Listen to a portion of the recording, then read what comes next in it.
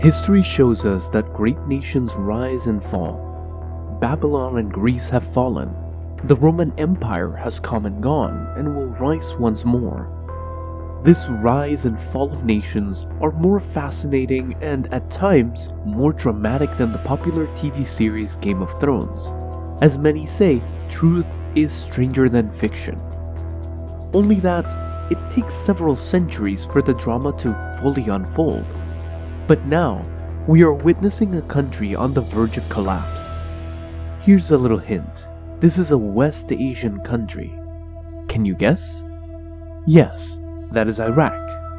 The nation was historically referred to as the cradle of civilization, with the first urban settlers prospering on the lands between its two main rivers, Tigris and Euphrates.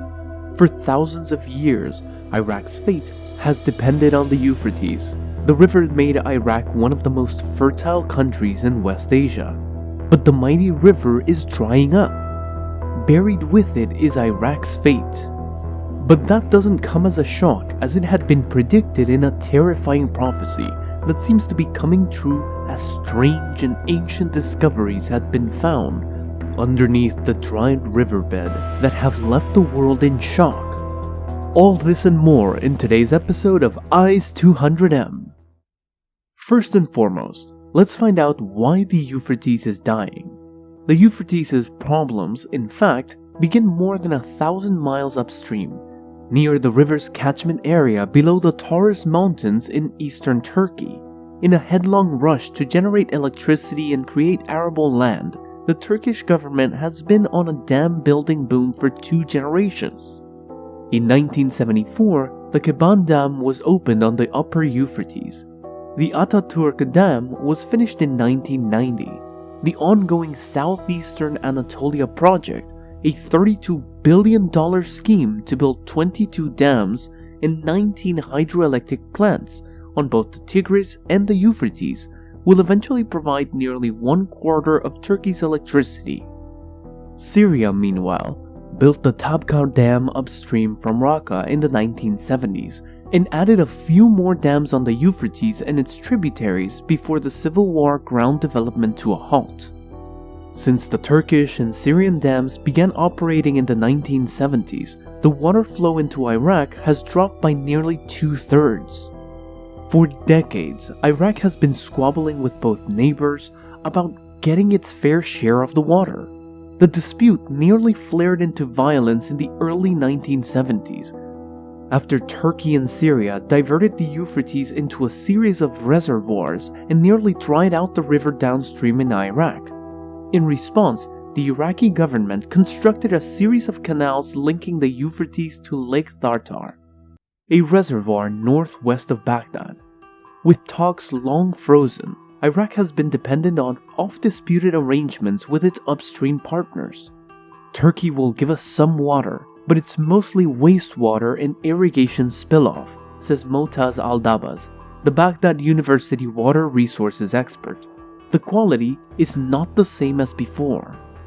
Put simply, because of the policies of countries further upstream, Iraq has lost more than 60% of its water wealth in 100 years.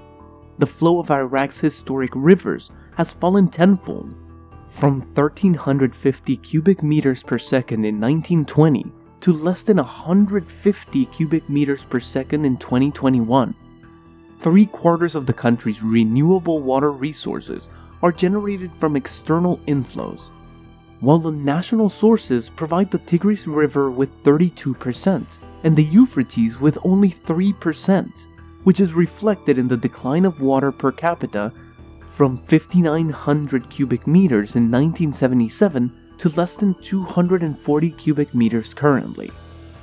A 2013 study by the World Resources Institute projected that by 2025, Iraq's water outlook will be exceptionally more stressed. In other words, the researchers said basic services, for example power, drinking water distribution, are likely at risk and require significant intervention and major sustained investments. A recent NASA German government satellite study found that the Tigris-Euphrates basin is losing groundwater faster than any other place on Earth except India. The World Resources Institute, the US-based environmental group, has ranked Iraq as among the nations predicted to undergo extremely high water stress by 2040, meaning more than 80% of the water available for agricultural, domestic, and industrial use will be taken out each year. According to Motaz Al-Dabaz, a professor of water resources and the environment at the University of Baghdad, by the 2020s there will be no water at all during the summer in the Euphrates. It will be an environmental catastrophe. While Iraq moves from the stage of water scarcity to a highly critical water emergency, the annual demand for domestic water consumption continues to rise from 5.3 billion cubic meters in 2020 to an expected of 10.94 billion cubic meters by 2035. As the gap between supply and demand is projected to worsen, reaching 11 billion cubic meters per year with a water deficit of 37%. As a result, the water sector is the most vulnerable in the face of climate change and the most rapidly depleting, with an increasing tendency towards scarcity and drought, which has led the Water Stress Index to forecast dangerous scarcity levels of 3.7 on the index scale of 0 to 5, reaching an absolute water scarcity level of 4.6 by 2040, indicating total drought, scorching sun, and a toxic, repellent environment. Worryingly, Iraqi authorities registered in 2020 that the record inflow from the Tigris and Euphrates from the two upstream countries and local sources fell to only 49.59 billion cubic meters, while the Environmental and Economic Accounting Report on Water recorded approximately 39.64 billion cubic meters. In both cases, water flow is at least 50% lower than operational demand, compared to 2019, which recorded a local and regional flow of 93.47 billion cubic meters.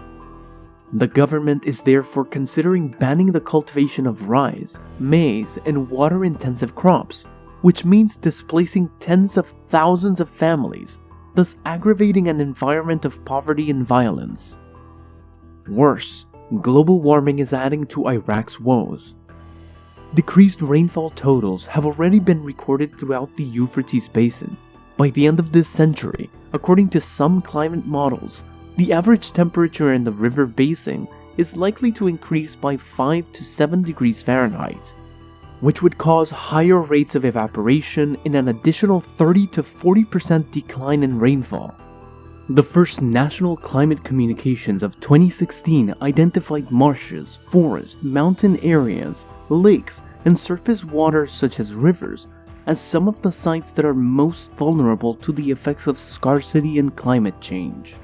While some of the autochthonous populations of the three susceptible areas have been displaced and forced to emigrate from their historic habitats, this will lead to a greater competition for water and land, which is likely unmanageable by traditional institutional tools available to the state, particularly amidst an increasingly common trend of militarized response to the severity of the environmental impact.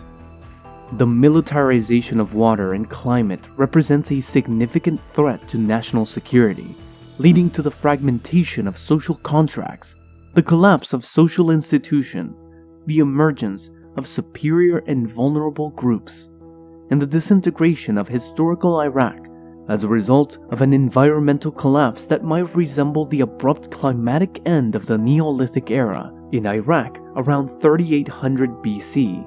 The Ubaid period, which was caused by the rise in the Gulf sea level and the beginning of dune formations alongside increasing drought and desertification under scorching temperatures.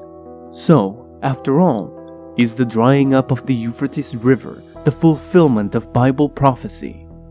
The dramatic drying up of the Euphrates River has revealed several ancient ruins in a cave.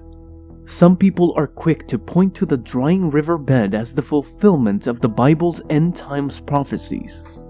Two passages in the Bible predict the drying up of the Euphrates River. The first prediction is part of a lengthy oracle against Babylon. God pronounces judgment against Babylon's officials and wise men and against its false prophets, warriors, horses and chariots and treasures. Then God says, "A drought on her waters.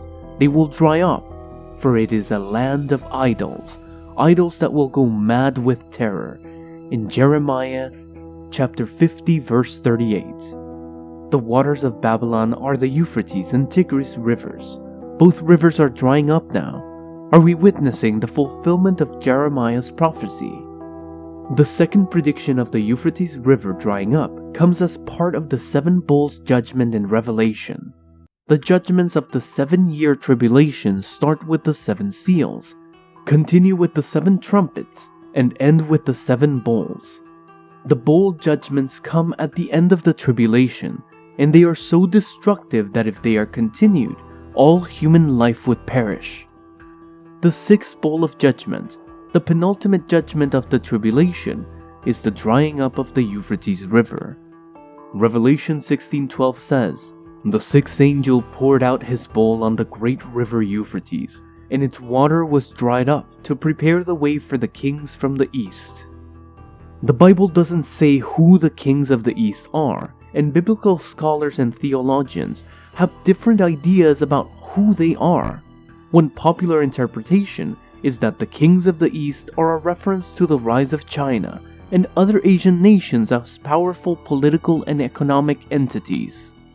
John predicts in Revelation 9:16-18 that these kings of the East will boast a standing army of 200 million. This is a bold prophecy, especially when you consider that at the time he was writing, there weren't 200 million people on the planet. However, as you read this today, China has an army of more than 200 million, just as the Bible predicted. It's also worth noting that, whatever the kings of the East are, they are seen as a formidable force in the end times, and are going to be a part of the final battles that will take place before the return of Jesus. As stated in Matthew 24:44, "Therefore you also be ready, for the Son of Man is coming at an hour you do not expect." What do you think of it? Is the drying up of the Euphrates River really a fulfillment of end-day prophecies? And is there hope for Iraq? Please let me know in the comments below.